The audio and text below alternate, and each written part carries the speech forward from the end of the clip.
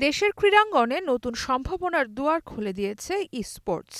দেশের গণ্ডি পেরিয়ে বিশ্বমঞ্চেও সফলতার ছাপ রাখছে বাংলাদেশের গেমাররা। তারই ধারাবাহিকতায় দেশের ই-স্পোর্টস অঙ্গনে সুখবর নিয়ে এসেছে টেনসেন্ট গেমস ও পাবজি মোবাইল। আগামী ২৪ আগস্ট থেকে শুরু হচ্ছে PUBG mobile national championship Bangladesh fall ২০২৫।